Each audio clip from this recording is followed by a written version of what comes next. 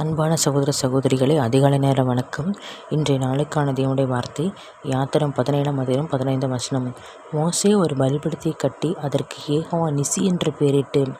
இந்த வசனத்தை கேட்டுக்கொண்டிருக்கிற தேவ ஜனங்களே, அந்த காலத்தில் மோசே அமலேக்கும் ஜனங்களை மேற்கொண்டு எல்லா காரியத்தையும் எல்லா சத்துருக்களையும் கர்த்தருக்கு விரோதமாய் பேசின, கர்த்தருக்கு விரோதமாய் செயல்பட்ட எல்லாவற்றையும் முறியடித்தான்.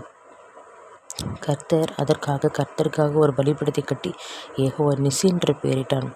இன்று நம் வாழ்க்கையில் எத்தனையோ போராட்டங்கள், பிரச்சனைகள், துக்கங்கள், நெருக்கங்கள் வந்து போகும்போது நமக்குள்ளே அவிவிசுவாசம் வந்து விடுகிறது. விசுவாசம் நம்ம எவ்வளோ ஜெபிக்கிறோமே, ஒன்றுமே கேட்கப்படலையே அப்படிங்கிற அவிவிசுவாசம் வந்து விடுகிறது. ஆனால் நாம் கர்த்தரை துதிக்கும் போது அந்த துதியின் பட்டயம், ஆராதனை என்கிற பட்டயம், ஸ்தோத்திர பலி என்கிற பட்டயம், விசுவாசம் என்னும் பட்டயம், தேவ வார்த்தை என்கிற பட்டயம், இதை வைத்து நாம் நம்முடைய சத்துருக்களை முறியடிக்க முடியும். நமக்கு வருகிற பிரச்சனைகளை, போராட்டங்கள், நிந்தனை, அவமானங்களை, நோய்களை எல்லாம் முறியடிக்க முடியும். உங்களுக்காக ஜெபிக்கிறேன். அப்பா ஸ்தோத்திரம் கர்த்தாவே. ஆண்டவரே, இந்த வருடம் நாங்கள் இறுதி மாதத்தில் வந்திருக்கிறோம் தகப்பனே. இயேசுப்பா ஆண்டவரே, இந்த இறுதி மாதத்தில் தகப்பனே, நெடுங்காலமாய் காத்திருக்கிற காரியங்கள்லாம் தகப்பனே வரும்போது ஜீவரிச்சம் போல் வந்து எங்களுக்கு வந்து சேர வேண்டும் அப்பா. ஸ்தோத்திரம் கர்த்தாவே. அதிசயம் அற்புதம் நடக்க வேண்டும் அப்பா. ஸ்தோத்திரம் கர்த்தாவே. நீர் ஆண்டவரே சுப்பா ஸ்தோத்திரம். 2000 வருடங்களுக்கு முன்பாக இத்தனை அற்புதங்கள் செஞ்சுருக்கீங்க ராஜா. சூமினை கை உடையவன மனுஷனை தகப்பனை மறிக்கி சுத்தமாக்கினீர், குஷ்டரோக்களை சுத்தமாக்கினீர், மறைத்த ராஜரோ ஏரோடு இடிப்பினீர்.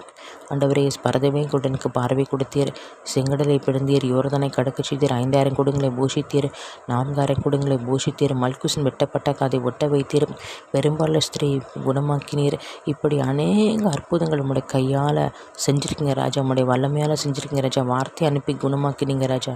இயேசுப்பா இன்றைக்கு கூட தகப்பனே, எங்கெல்லாம் தகப்பனே நொறுங்கொண்டு இருதயத்தோடு கண்ணீரோடு ஜெபித்து கொண்டிருக்கிறாங்களோ அந்த ஜெபத்தை கேட்டு நீ அற்புதம் செய்யுங்கப்பா. சூத்திரமே ஆண்டவரே சூத்திரங்கத்தாவே.